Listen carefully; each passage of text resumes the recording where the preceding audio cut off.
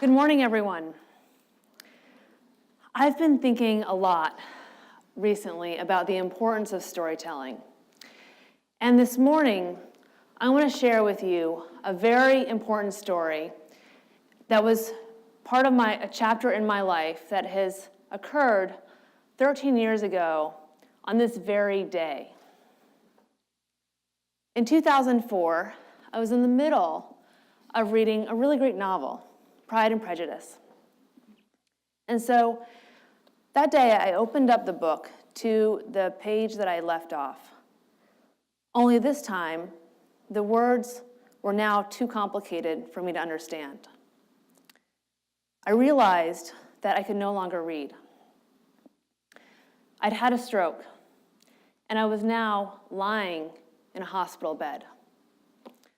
Only in that moment did it dawn on me what having a stroke really meant for me. The day before, my boyfriend and I had been going on a walk to lunch. We got to the top of the hill, and then I felt a little dizzy, and then I dropped my purse, and then I had a hard time catching my breath. And he asked me what happened, and I was feeling a little bit embarrassed, and so I tried to laugh it off, but then I couldn't get any words out. And then Jess looked at me, and he saw that half of my face was drooping. So we knew something was really wrong, and we went straight to the hospital. That evening, an MRI confirmed that it was a stroke, and that an eighth of my brain, my entire speech center, had died.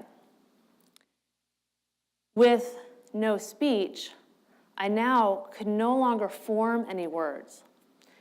And with no words, it also meant there were no thoughts. My mind was silent. I could no longer read, I couldn't write, I couldn't speak. I could barely understand what people around me were saying. I could no longer say my own name. The thing about this is that I couldn't speak, but I could still see just fine. I almost felt like I was an actor in a foreign language film. When Jess would go to leave the hospital, he wouldn't tell me when he planned to return. Instead, he learned to point at the hour on the clock, because that's now all I could understand. I also still felt like myself. I still felt like a sense of confidence in my abilities, and maybe I shouldn't have.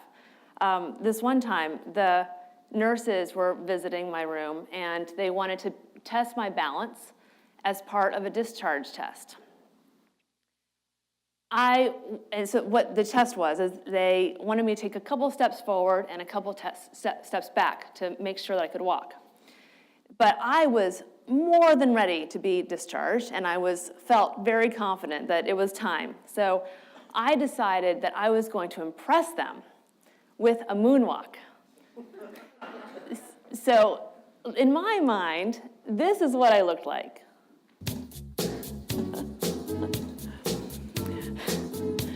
So from the nurse's perspective, this is more accurate. And believe me, my moonwalk was just as bad before my stroke as after. So having had no thoughts in my mind actually amplified my sense of emotion. One night, when Jess crawled into the hospital bed with me, we held hands and gazed into each other's eyes. We'd been together for 6 years. And I remember this moment. I was so overwhelmed with my love for him, and the clarity of it was unbelievably powerful. And he too recognized that he would love me even if I never fully recovered. 2 weeks later, after I had been discharged, he finally did ask me to marry him. And I joked that if this is what I had to do to get you to propose, then it's all been worth it. And I did fully recover over the following year. My brain rewired itself. I went back to work. I had a lot of help from Jess and my family, and of course, a lot of patience and understanding from my team and my clients. The reason that I share this story with you this morning is that we all have stories to tell. Stories that are not on LinkedIn, not on Facebook, not on a resume. Our customers also have stories to tell. Stories that are not in their clicks, their swipes, or in their purchases. And that's what we need to get better at listening to. The theme of this Click Summit is storytelling. We've been telling stories ever since we sat around the fire 10,000 years ago. And even today, if we have an idea that we want to stick and spread, the best way to do it is through a story. Storytelling is also how experimentation programs go from good to great. The more that we connect back to our customer psychology, their mindset, and their emotion, the more impact our programs will have. But storytelling is the first thing that suffers as our programs scale. We start testing random stuff with very little justification. We get obsessed with test velocity. We start going fast. We glance at the data to see if it won, and then we move on. We get desperate to just uncover something, anything that will move the needle. And the faster we move, the less time we have to think about what we're doing and why we're doing it. And in doing so, we're missing a very important opportunity. And that's the opportunity to apply our analytical skills, our curiosity, and access to some of the most powerful data in our organizations, and use it to paint a rich picture of who our customers are and how we can best serve them. The vision that Naoshi and my team and I have for testing is this: to discover the people behind the data, to learn things about people using data that they don't know about themselves, to do this with science and statistical significance. And the fact that we can also validate this with positive business impact and cultural change makes it all the better. Today, I want to share with you 3 steps on how we can all become better storytellers. And it all starts with a good plot. The foundation of a story is the plot. And every test also needs a plot. And the plot of a test should come in the form of concrete evidence for why this test should run. The evidence is the plot. One error that a lot of us make when we approach testing is that we often have a why not attitude. A why not attitude feels great. It's innovative, it's creative, it's fun, and it's tempting. But having this attitude relieves us of the deep thinking and careful consideration for whether this test is worth doing at all. Instead, we should have a why attitude. Why does this test deserve to be run? What evidence can we point to? Therefore, what is the plot of this test? There's a few types of evidence that we can always point to. First, there's qualitative evidence. And there's a bunch of stuff we can use here. There's, surveys and focus groups. But there's you could use a review from your site from a customer. You could use a visual heat map. You could even use something that your mom says she doesn't like about the site. But the key thing is that this opinion needs to come from outside the organization. If you remember, no one should be the judge of their own moonwalk. But when you don't seek outside opinions, what you're doing is gaming the system. And you're using your opinion or your boss's opinion as valid qualitative evidence, which is exactly what we're trying to get out of the habit of doing. You can also use quantitative evidence, which is, a previous test that you can iterate on. It could be a specific trend that you've noticed. And I think this is what all of us are currently doing a great job at. You could also use academic evidence. And when I think about that, I'm thinking about behavioral economics. Behavioral economics researchers have done hundreds of experiments helping us understand human behavior and biases. And any of them could be used to inspire your test. And even better, they're all really interesting stories. My team and I are huge fans of behavioral economics.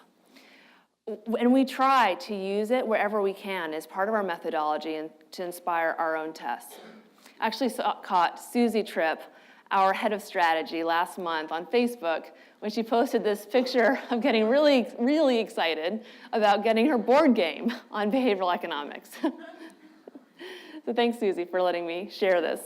It's really courageous. So back to having a why attitude. A few years ago, my team and I started to recognize the importance of having a why attitude. We were working with a new client and talking with her about her funnel and where she would like to start testing. And she suggested a page, and it had kind of some low traffic, and so we just weren't sure if that was the right place to start. And so we asked her why she wanted to start there, and she leaned in to the ear of our account manager and whispered, "It's because I fucking hate it." It was a pretty refreshing moment, pretty brutally honest. And we've all been there. As a former designer, there's a lot that I hate about the internet and that I would love to test. But this reminded us that we needed to dig in deeper into her intuition and seek the evidence that would validate her feelings about it. And so the obvious question is why do you hate it? And then, can we follow up to see if there's any evidence or other consumer sentiment that supports it? In this case, we saw for this page, it had a very high bounce rate and generally low engagement. And then we also saw that at certain times of the year, there was a spike in calls to the customer care center that came from this page. Already, the plot was thickening. The second step to become a better storyteller is to ask yourself, could there be a twist to this story? The best stories, like Pride and Prejudice, always have a twist. A surprise ending, a big reveal. Ultimately, the best stories are such because they make you rethink what you thought you knew. When it comes to testing, we need to start with what we think we know about our customer. And this is going to set us up for a great test down the road. This is pretty simple to do. You just sit down with a sheet of paper and start thinking about what are my assumptions about my customer. And you write them down. And I guarantee that you have hundreds. You're assuming things about their goals. You're assuming things about their environments. You're assuming things about their demographics. Then once you've written down everything you think you know, then you look at your website or your landing pages or whatever and identify which assumptions you've applied. And these are all just begging to be debunked with a test. Let's actually try this now. So this is Uber's Facebook page, and it's visited by hundreds of thousands of people every year. The main thing, that you can do on this page is sign up. So we'll click that link, and it takes you to a landing page. It's pretty simple and straightforward. Sign up to ride. Well, one of the key assumptions on this page is that you're here to ride. What if the people who clicked here were actually trying to learn to drive for Uber? It's hard to know unless you test that. And then what if this was debunked and it is mostly about driving rather than riding? Would this be an important learning for Uber? How much impact could this have for their business? Would that be a good twist and make for an interesting story? We had what we thought is a pretty interesting story last month. We're working with a major baby products brand and on their website, which is also about baby products. And we were doing a moderated user session in our lab at our office. We had selected the target demographic, moms and dads, millennials, tech savvy. The lab was set up perfectly. There were minimal distractions, and everything was going as planned. Here's a video of one of the moms. Let's take a look. So she's just calm, she's focused, she's thoughtfully navigating the site, and she's giving us some helpful feedback, like what she likes, maybe what she doesn't. Great. So then the twist. We got a call from a respondent, and her childcare had fallen through, and she wanted to bring her 9-month-old baby with her into our lab. And we thought at first, like, oh, this totally disqualifies her. And then the light bulb went off. Our director of UX, Jonathan Hildebrand, said, actually, this is even more authentic. How would this environmental change impact the way she browses the site? So let's take a look at her video.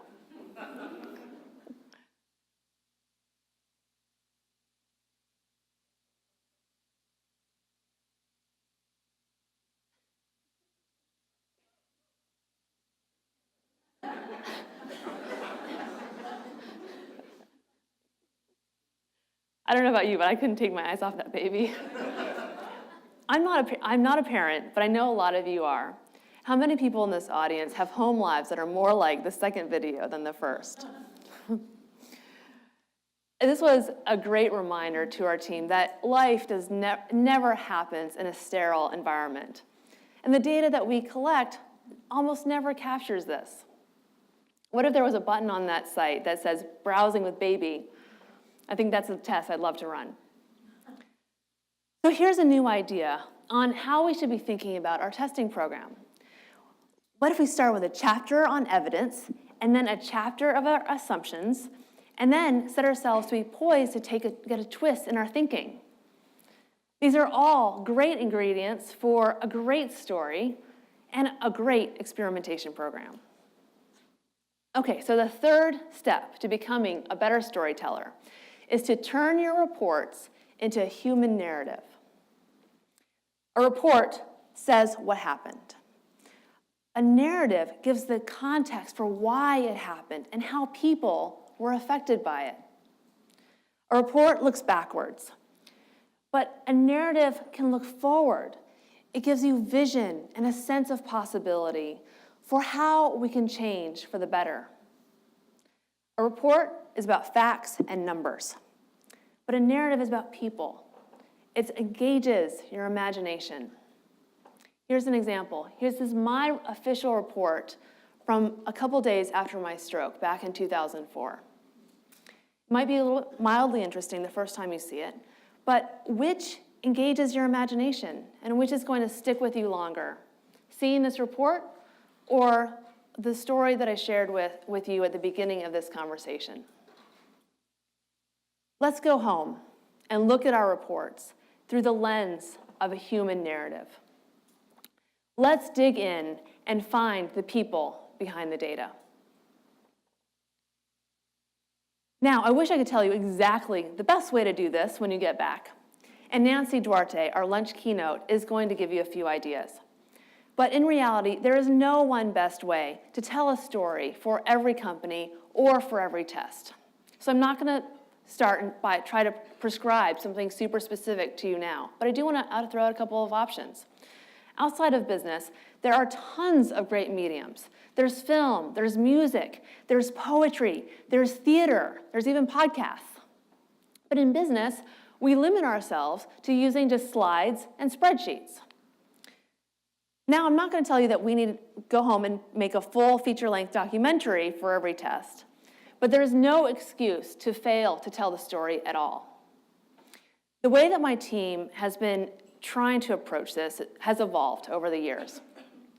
Before, my team would write a written report and present it to our clients over the phone usually, and then they would voice over the story of what they thought was happening, which is, was fine. But the problem with that approach is then a month later, the story was completely lost because it wasn't written down, and even the data was starting to lose its richness and its deep insight. Now, the way we're trying to approach this is that we're trying to include the idea of the story from the beginning of the test and make sure that it's embedded in written form as much as possible. The responsibility is on everyone on the testing team, including the analysts. Taylor Wilson is one of our best analysts, and he's a great storyteller. When he's working on a test, he doesn't just deliver a few bullet points of data. He takes the time, writes out a few paragraphs of narrative of what he thinks is going on from the customer's perspective. And then he sprinkles in a little bit of data here and there as he sees fit. Here's a quick peek at one of his analyses. Going forward, we're also experimenting with new ways of trying to get out of the tyranny of spreadsheets and slides, to communicate the human narrative using audio and video, and of course, making sure that our qualitative evidence is always front and center. And we're trying to move our reports into more of an R-driven dashboard so that we can do a better job weaving the numbers together in a more coherent and human way. Does this take us a little bit more time? Maybe. But we've already spent dozens of hours designing, building, QAing, and analyzing the test already. Why not take that extra hour or two to make sure the story is communicated as clearly as the test results? This triples the staying power and spreadability, and more importantly, it ensures that our tests remain rooted in our customers' needs and mindset. And this is ultimately what is going to drive the business value. So, we talked about the 3 steps to becoming a better storyteller. To start with a good plot, by using evidence to show why a test should run. To ask yourself, could there be a twist to this story? By questioning your assumptions. 3, to turn your reports into a human narrative by taking the time to expand beyond spreadsheets and slides to tell the customer's story in every test. And that brings me to my final point, and that's to slow down. When my stroke slowed me down and quieted my mind, it changed my life. It helped me look beyond the obvious and see what's important instead. We all go too fast in life and in business. We think about focusing on driving revenue this quarter or making our boss happy this week. We focus on de-risking our lives and protecting ourselves from the downsides. I had the unique experience of living life oblivious to the downsides with a quiet and open mind. I was receptive to possibilities and to love. Every day, my brain healed a little bit. My perspective got richer and more nuanced, and I could see what had been missing just the day before. Every day brought a new twist, a new assumption debunked, a new word relearned. If we slow down and take the time to look at our own hidden assumptions, to see what our customers are trying to tell us through their behavior, and find creative ways to tell their stories in every test, then we allow experimentation to achieve its ultimate potential. The theme of this summit is storytelling. It's about telling the customer story, but it's also about telling your story. And that's what the format of Click is based on. It's about sharing your experiences, sharing your struggles, and sharing your triumphs. 5 of our sessions will be talking about storytelling. We'll be talking about behavioral economics. I think Susie's going to be in that one. We'll be talking about trust and telling your program story through building trust. We'll be talking about design thinking. We'll have one on qualitative research and bringing that into the fold. And then we'll talk a lot about new ways to come up with better test ideas. And then today at lunch, Nancy Duarte, this amazing woman who's behind the TED Talk on presentations that generated over 1 million views, She's also a best-selling author on 5 books on presentations, and she's the lady boss of Duarte Inc., which happens to be a leading agency in the world on building the best presentations. She's going to build on what I've introduced this morning and bring it to the next level and share with you on how to craft a great story in your career and how to do that for any topic that you want.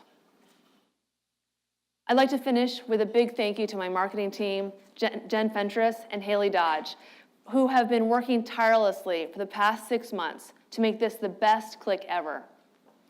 And I want to give a big thank you to all the tremendous technology partners in this room who are all building powerful solutions to help all of us become more customer-centric.